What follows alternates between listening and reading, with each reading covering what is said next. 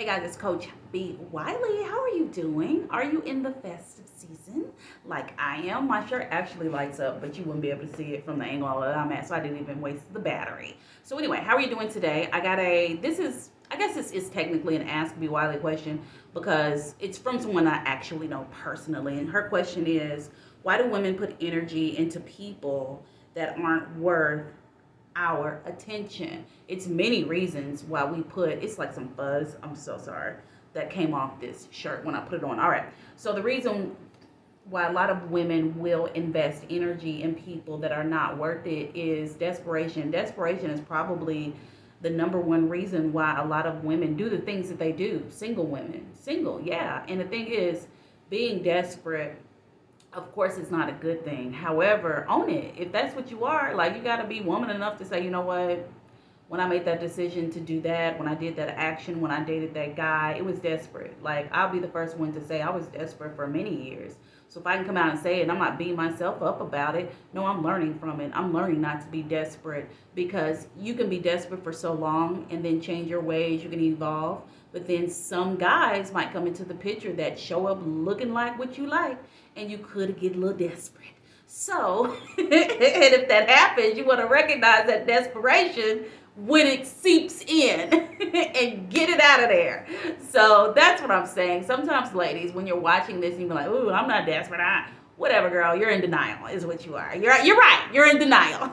So you just have to be upfront and honest with self, and that is the first step. So it's desperation. Think about it.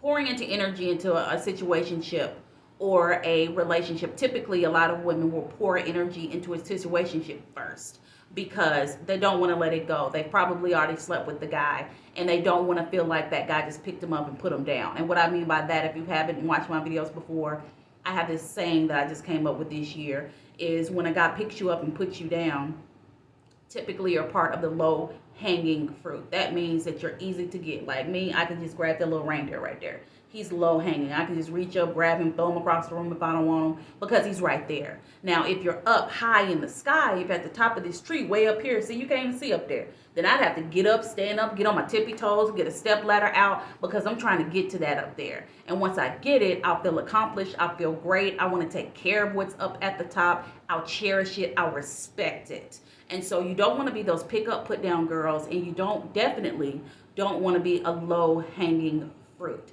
Because when you are that, a guy will seek that. He will notice that. He ain't going to come out and tell you that. He's just going to take what he wants, whatever that may be. He could be using you just for conversation, something to do, a filler girl. He could be using you to sleep with, for someone to satisfy him if he's not really getting satisfied in general, or if he's sick of his girlfriend, whatever the case may be. It could be anything. Or the guy that you're going after, investing all this energy, simply isn't over his ex, and or is just not in the mindset due to his job, due to school, or stress in his life, that he's really not wanting a girlfriend. He's really not wanting what you want, and he's just all over the place. And so when you pick up on these guys, when you find these guys, when you entertain these guys, when you let these guys pop back into your life, it's a you thing. And what you need to do is use that same energy and pour into yourself. Because after so long, and I've had to learn this lesson, my counselor just told me this the other week. I told her all this stuff that I was doing, just me as a human, and she was just like, "Girl, you are doing too much." And I already knew it because my body was breaking down. And so I was like, oh my God. And so I already knew it, and there's nothing funny about breaking down, using all of the energy you have to make someone else happy, to make someone else see you. You'll know that you're investing your energy in the wrong person when obviously it's not reciprocated. Okay, you give this, they take that, they don't give you that back, nothing. Or when they're up, down, and all around, inconsistent with their reciprocation and with the energy. Or if they're emotionally unavailable and there's all these boundaries, and all you're asking is simple getting to know you questions, and they give you vague answers, broad answers. They get on the defense. They don't answer you at all. Your gut tells you everything. And we have to stop not listening to our gut. We have to stop ignoring the red flags, because it's your energy. Imagine if you were a cell phone. Literally imagine if you were a cell phone, and you were at 100% when you started dating. So you're 22, 100%. You meet this guy, guy isn't ready for a relationship. He's emotionally immature. He's just immature all the way around. And you keep trying and pushing and wanting to be with him and wanting to show him that you're that girl, you're beautiful, you're amazing, you're smart. He don't want you. That knocks you down 30%. So now you're 70%. You meet this other guy. Let's say you're about 26 years old. You meet this other guy.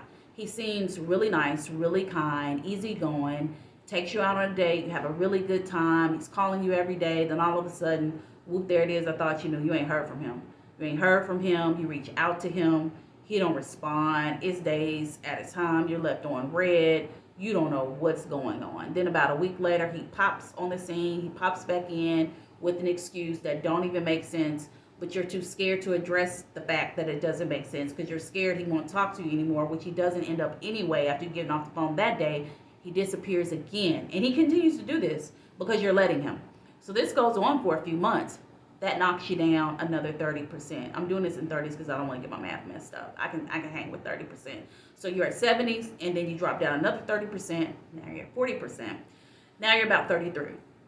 You're 33 years old, you're sick and tired of meeting the same kind of guys, sick and tired of engaging, investing, and pouring energy into guys who are continuing to show you that they don't want to be with you. So now, you go out with this guy, you're 33. You would think you would have learned from the 2 previous experiences. So now you're going out with this guy, seems like a lovely guy, seems to be genuinely interested. And then you get to that question, well, hey, you're dating, right? Yep. Single, yes. So what is your goal with dating? And he's just like, I'm just going to see where things go. You look like a pretty woman, great energy. So I figured I'd approach and take you out and get to know you. So there you go. So then, you want a relationship. You also know about your previous experiences with the last 2 guys. However, because you're sick of being single and you're sick of being home by yourself, you're sick of not having anybody to Netflix and chill with, you're sick of your phone being dry, you'll go along to get along. Now we're investing more energy. So where we're at right now, we're at about 60%. So now that doesn't work because that hits a wall after a while. That's where I came up with dead end dating. So now you lose another 30%. Now you're 40 at 30%. Now you're dragging around because you barely got breath in your lungs because you done gave all this energy up versus taking the time out, taking what I like to call pause for the cause, getting to know you, working on yourself, working on your health, your finances, specifically your 3 S's to solve single. Self-care, self-development, self-reliance. You ain't take no time out for none of that. You just out here flapping in the wind.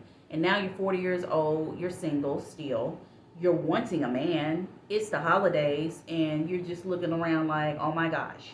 So who we going to invest this last 30% into? The dude from out of town who don't even live here, who you met at your company work party. He was at the same place, at the event space. You met him, he told you he's here for a good time and not a long time. But he looked so good and he's 6 foot tall and got a beard, just couldn't resist. Now you done gave up your last 30%, and what do you have left to show for it?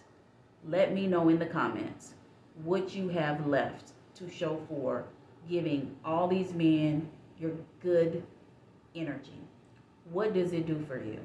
Because in my opinion, it does nothing but screw you, set you up for failure, put you on your back 1,000,000 times over. What are you really getting out of that if you don't even really want to be with this person or they don't really want to be with you? It's really a bunch of waste of time and a waste of heavy breathing. And then after that, you're still by yourself.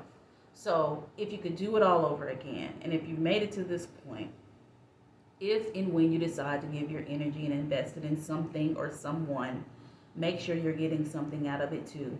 And having sex that don't count. I'm talking about something real, something that can challenge you to be a better woman, human person, something that can educate you, something that makes you happy, genuinely makes you happy. Conversations that literally run deep versus surface level. Make sure when you're investing your energy, the energy that you're getting back in return matches it. And that's how you'll know you're investing it in the right place. You'll know you're not when it simply makes you feel uneasy, confused, all over the place, up, down, and all around, and mad as hell. All right? Let me know if you got that in the comments. If you made it this far, thank you so much for watching. Hope you're having a good day. Hope you enjoyed this video. If you like it, like it. If you want to, feel free to subscribe. And outside of that, if you want to see me elsewhere, TikTok is your friend, Coach B. Wiley. If you ever want to ask me a question, go ahead. Go ahead in the comments. You can shoot me an inbox, DM. I'm on social media, Facebook, Instagram, and Quora, QUORA.com. B. Wiley on Quora. If you want to ask me a question, I'll be glad to address it. I won't even have to use your name. I don't need your name. I just need the question. All right, guys. Talk to you later.